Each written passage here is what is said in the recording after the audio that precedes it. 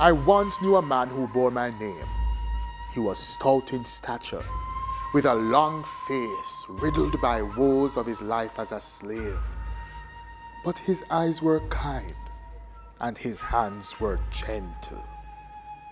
He, as like many of the blacks back then in 1860 on the island, was impoverished and imprisoned by unjust laws meant to stifle the upward mobility of slaves. His wife, who was pregnant with their fourth son, was finally granted freedom, desperately sought a home where her children would be safe from the harsh memories of their estate. Land was almost impossible for poor blacks to acquire, and the division of my lands was being disputed by the courts.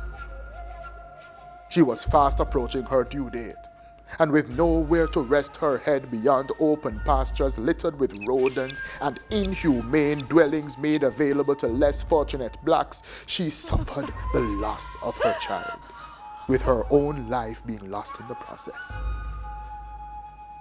As I gaze upon a new St. Thomas and the span of the island I once knew, I see black people residing in homes built sturdily on lush green plots of land. Some bear acres to their names, others retaining multiple in various parishes, growing a wellspring of crops for production, others being used for varying business ventures as I did in my time. It was said that how could a mulatto who was given his freedom at such a young age understand the strife of enslaved African descendants? What does a man with financial prowess and social standing know of a life of enslavement?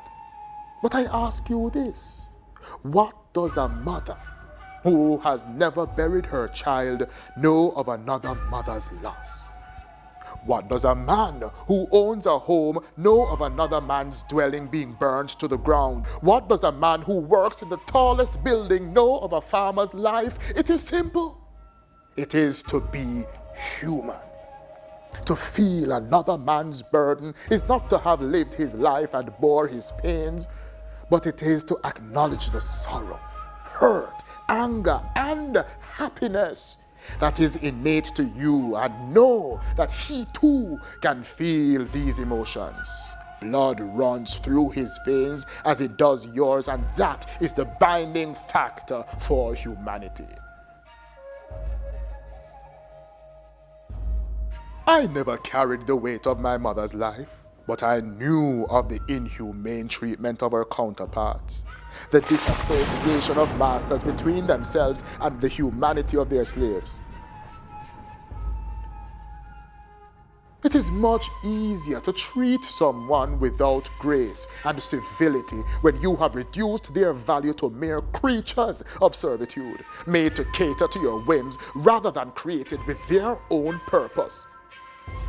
My people, you have now created a space for black men and women to adorn themselves with capabilities and opportunities, to foster a life beyond a predetermined fate. Men bearing the opportunity to be men, providers and protectors, earning an honest wage to not just better themselves, but their fellow man. Women now nurturing a reality where their children are born to a birthright rather than being born another man's birthright. I fought from the podium for a day like today, a reality like this.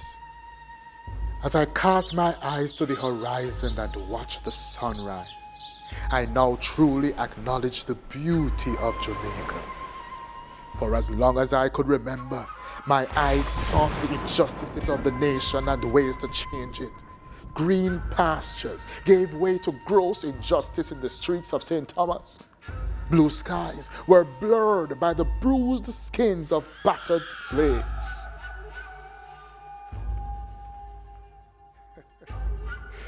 I can see now. I can feel the warmth of the sun and the smell of the sea breeze at the ports of Kingston. And I can also see that we still have a way to go. There's the equality to be born free, but not equality to resources to sustain that life. There are irrevocable truths in this life. One such truth is that food, shelter, and water are basic amenities for the continuation of this life. As a former member of government, I understand the weight that is borne by those who serve. The lengthy process that comes with re-establishing frameworks to better meet the needs of your nation. Much has been implemented since my passing to satisfy these rudimentary demands. But as the world changes, so does the speed in which we should reassess, regroup, and redirect. Diseases, wars, and social unrest has swept the year of 2023. Believe it or not, this is much like what it was in my time. So the words that will follow are said with understanding rooted in experience. The tides are changing because water never stands still. As it flows through our veins, so does the ability to change exist within us. Through innately inhabiting the ability to change, we can instigate it through understanding. Leaders, continue to understand your humanity so as not to forget the struggle of your fellow man. Herald the change that is needed to build your people. There is no nation without numbers. Remember this. There can be no peace without provisions. The slave masters forgot this and suffered dearly as a result. Treat your people as human beings, and they shall exercise their own humanity towards each other. It seems like my time is up. You're calling back for me, so I must go. But I leave my spirit to guide you. I leave my legacy to remind you that hope is not lost, not as long as you choose to fight for it.